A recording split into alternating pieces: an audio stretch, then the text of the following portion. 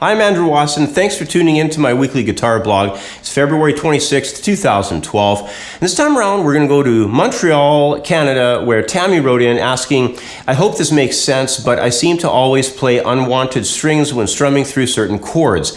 It mostly happens when I'm strumming chords that have strings that are not supposed to be played in them. I think the technique is called muting, but everything online just talks about the right-hand palm muting technique, and I'm lost on this for left hand. Could you please help? From Tammy in Montreal. Well, thanks for writing in, Tammy. You know, muting technique is one of those areas that will require careful attention to the fretboard hand.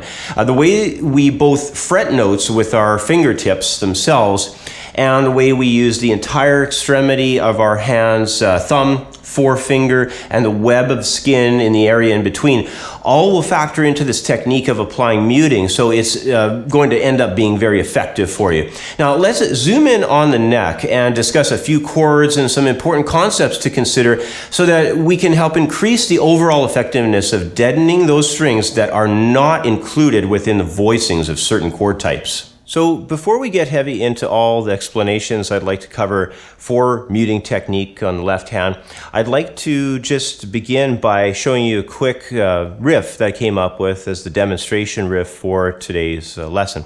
So here it is. It's just a G chord really to a C chord, and the riff itself goes like so.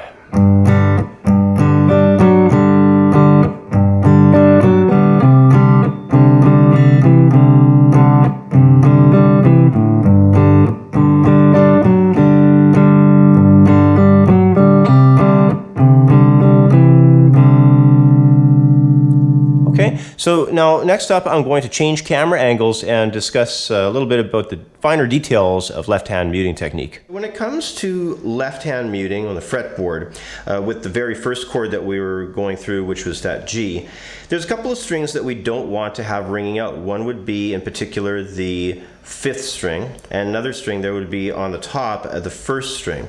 Now, getting the 5th string to get muffled, what you would do is you'd use the pad of the index finger to go slightly down a little bit. You know, you'll still want an arch of that knuckle on the 1st finger, but this pad, just get it to slightly touch on the 5th string, and that'll be good enough to kill out the sound on the 5th.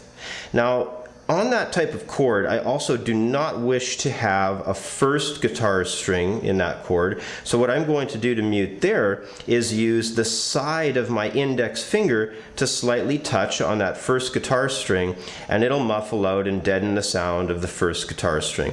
So let's move on to the next chord, this C chord. There's two things that are going on there. Number one, we want to cover out and mute out the sound of the 6th guitar string, and we'll do that effectively by using the thumb to touch on the 6th string and mute out the sound of that low string.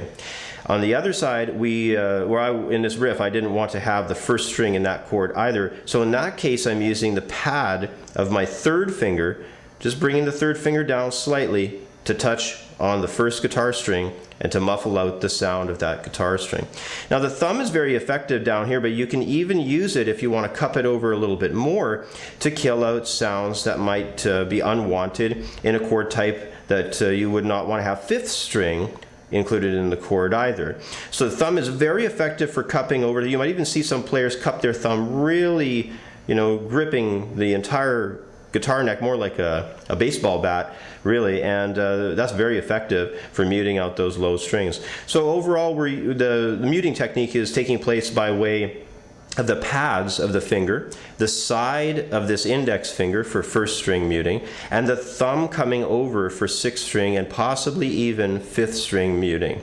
So a number of chord types will require you to keep notes from ringing out, but the ability to choke them off and muffle them out with the left hand comes down to how we use our hands and our fingers overall. Some techniques for doing this will take longer to develop than others, but with practice of the concepts that I've outlined in this lesson, you should in time be able to achieve a noticeable amount of success with this.